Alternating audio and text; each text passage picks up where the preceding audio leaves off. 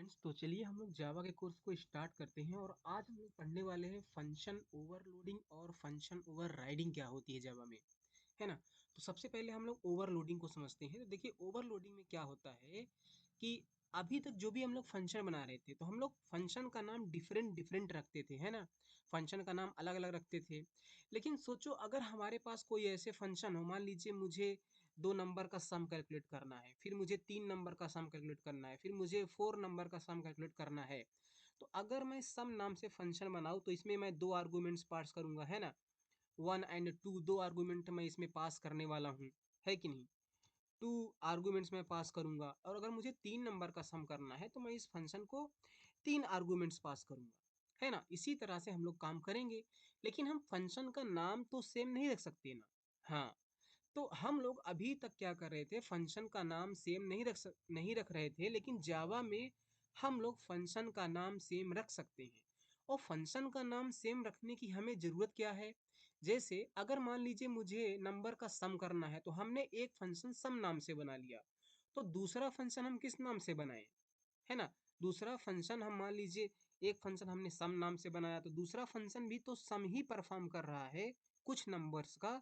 तो उसका नाम भी तो मैं सम कुछ रखूंगा। लेट से सम 2 नंबर, ऐसे कुछ भी मैं फंक्शन का नाम रखूंगा। फिर मैं सम 3 नंबर, ऐसे कुछ मैं फंक्शन का नाम रखूंगा। तो ये जो नाम है, ये थोड़े अजीब टाइप के हो जाते हैं ना। इनको देख के अच्छे से फीलिंग वाली वो सिचुएशन नहीं आती है ना। तो हम लोग क्या कर सकते हैं कि ऐसे फंक्शन जो सिमिलर टाइप के टास्क को परफॉर्म करते हैं, जैसे यहाँ पर हम सम कर रहे हैं 2 नंबर का, 3 नंबर का, 4 नंबर का। तो ये सारे फंक्शन क्योंकि सिमिलर टाइप के टास्क को परफॉर्म कर रहे हैं, तो इनका हम नाम सेम रख सकते हैं। लेकिन अगर हम नाम सेम रख रहे हैं, तो जावा में नियम है कि आपको आर्गूमेंट्स में डिफरेंस रखना पड़ेगा। मतलब अगर आप इसमें 2 आर्गूमेंट्स पास कर रहे हैं, तो इसमें 3 आर्गूमेंट पास करिए। इसमें आप 2 आर्गूमेंट्स पास करिए। लेकिन जो ये 2 आर्गूमेंट्स आपने पास किए हैं, ये डिफरेंट डेटा टाइप के होने चाहिए, है ना। तो आपको आर्गूमेंट्स में अंतर रखना है। मान लीजिए आपने पहले वाले में 2 इंटीजर टाइप के आर्गूमेंट्स को रखा है, तो आप तीसरे वाले में कैरेक्टर टाइप के आर्गूमेंट्स को पास कर दीजिए 2। तो आपको आर्गूमेंट्स में अंतर रखना है, चाहे वो डिफरेंस नंबर ऑफ आर्गूमेंट्स में हो या डेटा टाइप में हो, लेकिन आपको आर्गूमेंट्स में अंतर रखना पड़ेगा। तो फंक्शन का नाम और आर्गूमेंट्स मिला करके इसको हम लोग बोलते हैं सिग्नेचर। तो मतलब फंक्शन का जो सिग्नेचर है, वो डिफरेंट होना चाहिए, है ना। तो उसे ही हम बोलते हैं क्या, फंक्शन ओवरलोडिंग।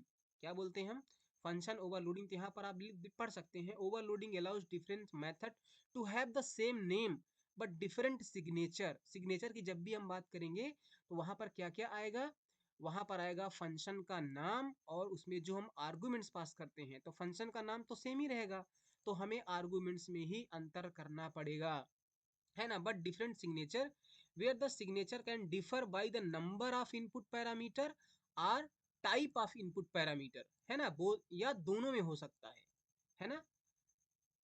और जो ये ओवरलोडिंग होती है, ये एक कंपाइल टाइम स्टैटिक पॉलीमॉर्फिज्म होती है। अब आपको जावा में पता होगा कि जो उप्स कॉन्सेप्ट है, उसमें एक कॉन्सेप्ट पॉलीमॉर्फिज्म का है। हमने अपने पिछले वीडियो में उप्स कॉन्सेप्ट में से एक कॉन्सेप्ट हमने इनहेरिटेंस का सीखा था।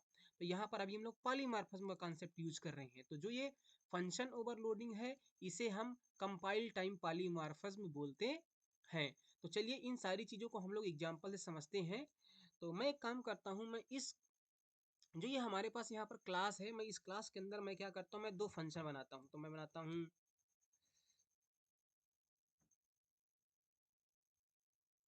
तो मैं यहाँ पर बनाता हूँ पब्लिक पब्लिक वायर्ड। मैं लेट से बना लेता हूँ सम नाम से। हमने यहाँ पर एक फंक्शन बनाया, और इसमें हमने कोई आर्गुमेंट्स पास नहीं किया।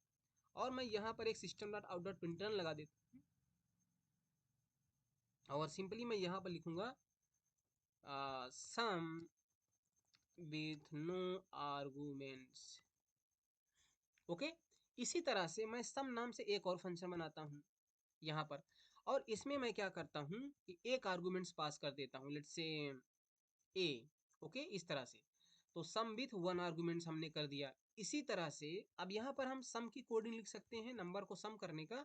लेकिन मैं वो नहीं करने वाला हूँ। कि लेट्स से यहाँ पर हमने 2 आर्गुमेंट्स पास कर दिया, तो सम विथ 2 आर्गुमेंट।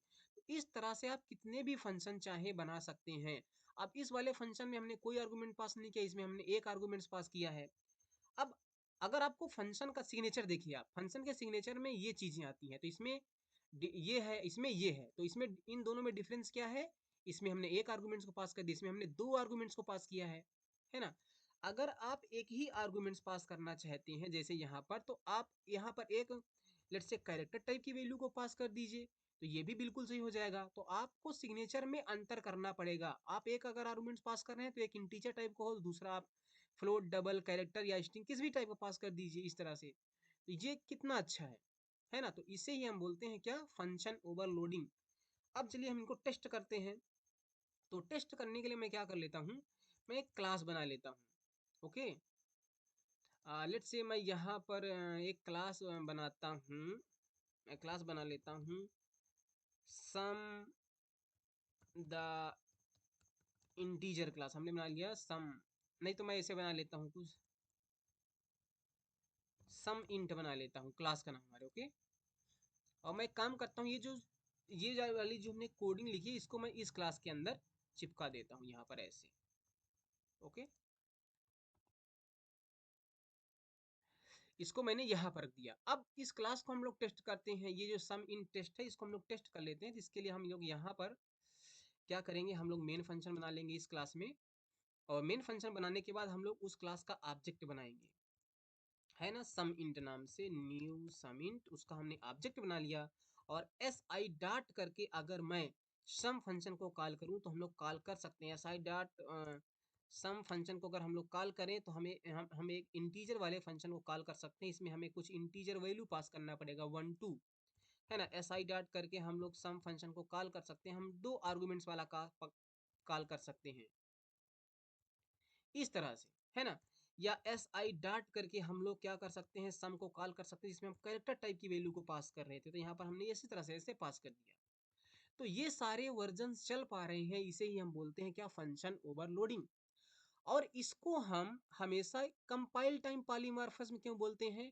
क्योंकि ये कंपाइल टाइम पर डिसाइड होगा कि कौन से वाले फंक्शन कॉल में कौन सा वाला फंक्शन बाइंड किया जाएगा। जैसे ये जो एस आई डॉट सम लिखा है, तो इस लाइन के चलने पर कंपाइल टाइम पर डिसाइड हो जाएगा कि जो यहाँ पर सम फंक्शन है वो कौन सा वाला फंक्शन है, तो ये वाला फंक्शन वहां पर बाइंड होगा। और ये कैसे डिसाइड किया जाता है? जो हम इसमें नंबर ऑफ आर्गुमेंट्स पास करते हैं उसके बेसिस पर, है ना। जैसे यहाँ पर हमने एक आर्गुमेंट्स पास किया तो कंपाइलर क्या करेगा, एक आर्गुमेंट जिसमें इंटीजर टाइप की वैल्यू को पास की गई है, इस वाले फंक्शन को इस वाले फंक्शन कॉल पर बाइंड कर देगा, है ना।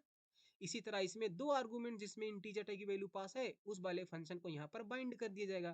तो ये कंपाइल टाइम पर ही डिसाइड हो जाता है कि कब कौन सा फंक्शन कॉल होगा।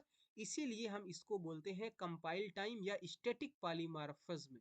यानी कंपाइल टाइम पर ही डिसाइड हो जाना कि कौन सा फंक्शन किस फंक्शन कॉल पर कॉल होने वाला है है ना। मैं इसको रन करता हूँ एक बार। मैं यहाँ पर देखिए रन कर दिया हमने, और यहाँ पर आप देखिए कि no arguments, one argument, two argument और वन आर्गुमेंट यहाँ पर इसके लिए चल रहा है ना। और यहाँ पर one argument are with one are with, मैं कैर कर लेता हूँ कैरेक्टर के लिए। ओके, तो यहाँ पर देखिए इसके लिए ये वाला आर्गुमेंट सब कुछ यहाँ परफेक्टली हमारा ये सब प्रिंट हो रहा है ना। तो ये होता है फंक्शन ओवरलोडिंग का कॉन्सेप्ट। अब अपने पिछले वीडियो में हमने क्या पढ़ा था, इनहेरिटेंस का कॉन्सेप्ट समझा था, है ना। तो अगर हम इनहेरिटेंस के कॉन्सेप्ट को यहाँ पर लाएं, जैसे ये हमारी एक क्लास है, मैं एक क्लास और बनाता हूँ यहाँ पर। मान लीजिए मैं इस क्लास का नाम लिखता हूँ सम इन टू क्लास। मैं टू कर लिया यहाँ पर और इसको मैं फिनिश कर देता हूँ। और मैं क्या करता हूँ कि जो ये वाली हमारी क्लास है सम इन टू क्लास है, इसको मैं क्या करता हूँ, इनहेरिट करा देता हूँ। जो ये हमारे पास सम इन टू क्लास है, इस क्लास को ना मैं इनहेरिट करा लेता हूँ सम इंट क्लास को। तो इसको मैं क्या करूंगा, एक्सटेंड कर लूंगा, यहाँ पर एक्सटेंड कर लूंगा सम इंट टू क्लास को। तो हमने क्या किया, ये जो हमारी क्लास थी इसने इस क्लास को इनहेरिट कर लिया। तो इस क्लास में कोई भी फंक्शन प्रेजेंट ही नहीं है। जब कोई फंक्शन प्रेजेंट नहीं है तो उस क्लास से कोई भी फंक्शन यहाँ पर इनहेरिट नहीं होगा। तो अभी सारे के सारे फंक्शन किस क्लास में प्रेजेंट है, हमारी चाइल्ड क्लास में है। और इस टाइम पर अगर मैं प्रोजेक्ट को रन करूं तो भी हमारा सेम टू सेम यहाँ पर देखिए आउटपुट आ रहा है। अब मान लीजिए कि यहाँ पर मैं एक काम करता हूँ, यहाँ से मैं कुछ फंक्शन हटा करके हम ये दोनों फंक्शन मान लीजिए यहाँ से हटा देते हैं और इसको हम पेरेंट क्लास में रख देते हैं। यहाँ पर हमने पेस्ट कर दिया। तो आप बताइए कि अभी ये दोनों फंक्शन पेरेंट क्लास में है और यहाँ पर दो फंक्शन चाइल्ड क्लास में है। तो क्योंकि यहाँ पर इनहेरिटेंस हुआ है तो ये वाले दोनों फंक्शन हमारे इस चाइल्ड क्लास में भी अवेलेबल हो जाएंगे। और अगर वो अवेलेबल हो गए तो हम चाइल्ड क्लास का ऑब्जेक्ट बना करके उनको हम लोग क्या कर सकते हैं, कॉल कर सकते हैं। देखिए अगर मैं फंक्शन को फिर से रन करूं, मैं यहाँ पर फिर से रन कर दूं तो देखिए हमें वही आउटपुट मिल रहा है ना। अगर मैं यहाँ पर कुछ चेंज कर दूं आपको समझाने के लिए यहाँ पर, तो भी आप देखना कि हमारा सारा कुछ हो जाएगा। देखिए तो ये भी फंक्शन ओवरलोडिंग है। तो फंक्शन ओवरलोडिंग में आपने क्या देखा कि सारे के सारे फंक्शन हमारी चाइल्ड क्लास में भी हो सकते हैं और कुछ फंक्शन हमारे पेरेंट क्लास में भी हो सकते हैं, है ना। जैसे मैं अब इन सब इन दोनों को मैं हटा देता हूँ यहाँ से, है ना। अभी आप देखना, अभी हमारे पास ये दो फंक्शन हमारे पेरेंट क्लास में है, चाइल्ड क्लास में कुछ भी नहीं है ना। चाइल्ड क्लास में कुछ भी नहीं है। मैं इसको भी हटा देता हूँ, है ना। चाइल्ड क्लास में कुछ भी नहीं है। तो ये दोनों फंक्शन कहाँ से आएंगे, पेरेंट क्लास से चाइल्ड क्लास में अवेल आ जाएंगे, इनहेरिट हो जाएंगे। तो ये भी फंक्शन ओवरलोडिंग है। तो फंक्शन ओवरलोडिंग में आपने क्या देखा कि ये जो दोनों फंक्शन हैं चाहे वो दोनों के दोनों चाइल्ड क्लास में हो या दोनों के दोनों पेरेंट क्लास में हो, या आप इनमें से कुछ भी एक आप पेरेंट में रख दीजिए एक आप चाइल्ड में कर लीजिए, तो भी ये फंक्शन ओवरलोडिंग है। तो आपको आई होप कि अब आपको फंक्शन ओवरलोडिंग समझ में आ गया होगा कि फंक्शन ओवरलोडिंग होती क्या है। अच्छा, एक बात और यहाँ पर आप समझिए, है ना। तो आई होप आपको ये अभी समझ में आया होगा कि आ, समझ में आया होगा कि क्या है ये फंक्शन ओवरलोडिंग क्या होती है। अभी हम लोग अगला टर्म समझते हैं, फंक्शन ओवर राइडिंग क्या होता है। तो अभी तक देखिए हमारे पास एक ये पेरेंट क्लास में फंक्शन है सम नाम से जिसमें कोई आर्गुमेंट्स नहीं है, और चाइल्ड क्लास में एक फंक्शन है सम नाम से जिसमें एक आर्गुमेंट्स हम लोग पास कर रहे हैं। और यहाँ पर हम लोग अगर चाइल्ड क्लास का ऑब्जेक्ट बना करके अगर उनको एक्सेस करते हैं तो दोनों फंक्शन को हम लोग एक्सेस कर लेते हैं, जिसे हम फंक्शन क्या बोलते हैं, जिसे हम फंक्शन ओवरलोडिंग बोलते हैं। अब हाइडिंग का कॉन्सेप्ट क्या है, जैसे मान लीजिए कि अभी के लिए ना मैं इस फंक्शन को यहाँ से हटा देता हूँ। अभी के लिए मान लीजिए हमारे पास ये फंक्शन नहीं है, ओके, ये वाला हमारे पास फंक्शन नहीं है। तो क्या होगा कि अभी हमारे पास एक फंक्शन ये है। अब इनहेरिटेंस का कॉन्सेप्ट आपको पता है क्योंकि इस क्लास को हम लोगों ने इनहेरिट किया है अपनी इस क्लास के साथ में। तो इसके अंदर जो ये फंक्शन है ये हमारी इस क्लास में अवेलेबल हो जाएगा। तो अगर अगर हम क्या करें, चाइल्ड क्लास का ऑब्जेक्ट बना करके सम फंक्शन को कॉल करने की कोशिश करें तो वो हो जाएगा। लेकिन क्योंकि देखिए यहाँ पर हमने क्या किया है, हमने जो यहाँ पर ऑब्जेक्ट बनाया है ना, चाइल्ड क्लास का बनाया है। तो अब मैं क्या चाहता हूँ कि ये जो फंक्शन कॉल हो रहा है ये हमारे इस कॉल पर चले, यानी कि जब भी मैं ये लाइन लिखूं तो हमारा ये पेरेंट वाला फंक्शन कॉल हो रहा है। लेकिन मैं क्या चाहता हूं कि मैं इसकी इम्प्लीमेंटेशन को चेंज करूं। मैं क्या चाहता हूं कि मैं इसकी इम्प्लीमेंटेशन को चेंज करूं। तो हम क्या करेंगे, जैसे यहाँ पर जब भी हम ये वाली लाइन लिखेंगे तो क्या होगा, इनहेरिटेंस की वजह से ये पेरेंट वाला कॉल हो जाएगा। और अगर पेरेंट वाला कॉल होगा तो इसके अंदर जो कुछ भी कोडिंग होगी वो कोडिंग एग्जीक्यूट होगी। लेकिन यहाँ पर देखिए क्या है कि हम लोगों ने ऑब्जेक्ट बनाया है चाइल्ड क्लास का।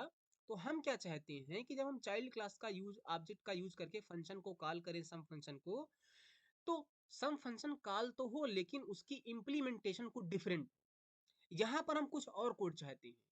तो हम लोग क्या करेंगे, अगर मुझे ये चाहिए तो इसके लिए हम लोग क्या करेंगे, सेम टू सेम जैसा फंक्शन हमारे पेरेंट क्लास में बना है वैसा सेम टू सेम फंक्शन हम अपने चाइल्ड क्लास में भी बना देंगे। हमने क्या किया कि जैसा फंक्शन हमारे पेरेंट क्लास में बना था वैसा ही फंक्शन हम लोग अपनी चाइल्ड क्लास में भी बना देंगे। और ध्यान रहे कि यहाँ पर कोई भी आर्गुमेंट पास नहीं है, तो यहाँ पर भी हमने कोई आर्गुमेंट पास नहीं किया है। अगर हम यहाँ आर्गुमेंट इस टाइम पर पास कर देंगे तो ये तो फंक्शन ओवरलोडिंग हो जाएगी, जो हमने अभी अभी समझा क्या होती है। तो हमने क्या किया कि हमने एग्जैक्ट सिग्नेचर का, सिग्नेचर की हम बात करें फंक्शन नेम और आर्गुमेंट्स, तो हमने सेम सिग्नेचर का फंक्शन अपनी एक चाइल्ड क्लास में भी बना दिया। और अब हमने क्योंकि सेम सिग्नेचर का फंक्शन अपनी चाइल्ड क्लास में बना दिया है इस तरह से, तो यहाँ पर देखिए मैं कुछ यहाँ पर लिख देता हूँ, चाइल्ड यहाँ पर लिख देता हूँ और मैं यहाँ पर लिख देता हूँ पेरेंट, है ना। तो क्योंकि हमने सेम सिग्नेचर का फंक्शन अपनी चाइल्ड क्लास में बना दिया, तो इसलिए जब हम अपने चाइल्ड क्लास का ऑब्जेक्ट बना करके सम फंक्शन को कॉल करेंगे तो कौन सा वाला फंक्शन चलेगा, ये हमारी चाइल्ड क्लास वाला फंक्शन एग्जीक्यूट होगा। ये देखिए child sum with no argument child वाला चला है। तो हमने ऐसा क्यों किया, तो इसे हम पहली बात बोलते हैं ओवर राइडिंग। क्या बोलते हैं, ओवर राइडिंग बोलते हैं। तो हमने ओवर राइडिंग करी क्यों, हमने ओवर राइडिंग इसलिए की क्योंकि हम चाहते हैं कि जो पेरेंट क्लास वाली फंक्शनैलिटी है या सर्विस है, हम फंक्शन को सर्विस भी बोलते हैं, तो जो पेरेंट क्लास वाली सर्विस है यहाँ पर हम उसी सर्विस को, उसी टाइप की सर्विस को यूज करना चाहते हैं। लेकिन हम चाहते हैं कि जो वो सर्विस हो उसकी इम्प्लीमेंटेशन डिफरेंट हो जाए। यहाँ पर आप और कोड लिखिए ना अपने हिसाब से, जो कुछ भी कोड ऐड करना है आपको यहाँ पर आप अपने हिसाब से कोड ऐड करिए। तो हमने क्या कहा कि अगर हमें पेरेंट क्लास वाली सर्विस अपनी चाइल्ड क्लास में भी चाहिए लेकिन विथ डिफरेंट इम्प्लीमेंटेशन, तो हम लोग उसको क्या कर देंगे, ओवरराइड कर देंगे। पेरेंट क्लास वाले फंक्शन को अपनी चाइल्ड क्लास में ओवरराइड कर देंगे। और ओवरराइड करने का मतलब क्या है कि सेम सिग्नेचर का फंक्शन जैसे पेरेंट क्लास में बना है वैसे ही अपने चाइल्ड क्लास में भी बना देंगे। और ऐसा कर देने पर जब भी हम चाइल्ड क्लास का ऑब्जेक्ट बनाएंगे, जब भी हम चाइल्ड क्लास का ऑब्जेक्ट बनाएंगे, हम चाइल्ड क्लास के ऑब्जेक्ट की बात कर रहे हैं। देखिए इस लाइन को देखकर आपको समझ में आना चाहिए कि यहाँ पर एक ऑब्जेक्ट बना है और एक रेफरेंस बना है। ऑब्जेक्ट इधर बना है न्यू कीवर्ड लिख करके, और इस ऑब्जेक्ट जो बना उसका रेफरेंस कहाँ पर है, एस आई में है। तो यहाँ पर एक रेफरेंस वेरिएबल है और एक ऑब्जेक्ट है ना, दो चीजें हैं यहाँ पर। तो हमने क्या कहा कि जब भी हम ओवरराइडिंग कर देंगे, तो जब भी हम चाइल्ड क्लास का ऑब्जेक्ट बनाएंगे और ऑब्जेक्ट बनाने के बाद उसका रेफरेंस हम जहां भी रखेंगे उस रेफरेंस, तो जब उस रेफरेंस का यूज करके हम सर्विस को कॉल करेंगे, फंक्शन को कॉल करेंगे, तो हमेशा चाइल्ड वाला ही वर्जन एग्जीक्यूट होगा। तो आपको समझ में आया कि हमें ओवरराइडिंग की जरूरत ही क्यों पड़ती है। अब ये बहुत अच्छा एग्जाम्पल हमने नहीं लिया था, तो इसलिए हो सकता है कि इम्प्लीमेंटेशन चेंज करने की जब हमने बात की तो आपको समझ में ना आया हो, आपको लग रहा हो कि हमें इम्प्लीमेंटेशन ही क्यों चेंज करनी है, हम जो सर्विस है वो हम पेरेंट क्लास वाली ही सर्विस को यूज कर लें सेम टू सेम। लेकिन बहुत सारी ऐसी सिचुएशन आएंगी जहां पर आपको पेरेंट क्लास वाली सर्विस तो चाहिए लेकिन इम्प्लीमेंटेशन अलग अलग चाहिए, है ना। तो इस तरह से हम कर सकते हैं। अच्छा आप ये भी सोच सकते हो कि ठीक है यार, हमारे पास एक पेरेंट क्लास वाली सर्विस है, तो हम उस सर्विस को, जो पेरेंट क्लास वाली सर्विस है, उसको हम ओवरराइड ही क्यों कर रहे हैं। अगर हमें इम्प्लीमेंटेशन डिफरेंट चाहिए तो हम यहाँ पर एक अलग फंक्शन बना लें। लेट से हम फंक्शन का नाम सम एबीसी रख दें, सम एबीसी रख दें। तो अगर ऐसा भी तो कर सकते हैं, तो इस केस में क्या होगा कि आपने अगर फंक्शन का नाम यहाँ पर चेंज कर दिया उसी सर्विस के लिए जो सर्विस यहाँ पर पहले से अवेलेबल है, तो आपको नहीं लगता कि जब इनहेरिटेंस होगा तो एक सेम टाइप के काम को करने के लिए आपके पास ये भी सर्विस अवेलेबल रहेगी और इनहेरिटेंस की वजह से ये भी सर्विस अवेलेबल रहेगी, है ना। मान लीजिए आपके पास कोई बस है, बस में आप गियर चेंज होता है ना, गियर को चेंज करने के लिए। तो मान लीजिए फंक्शन जो है गियर चेंज फंक्शन है, पेरेंट क्लास में गियर चेंज फंक्शन है और यहाँ पर भी गियर चेंज फंक्शन है। अब आपको नहीं लगता कि क्योंकि अगर आपने यहाँ पर फंक्शन का नाम अलग कर दिया, तो गियर चेंज करने की जो मेथड है, वो आपके पास दो-दो अवेलेबल हो जाएगा। एक तो जो चाइल्ड क्लास में अवेलेबल है वो वाला, और एक पेरेंट क्लास वाला, क्योंकि आपने इनहेरिटेंस किया है।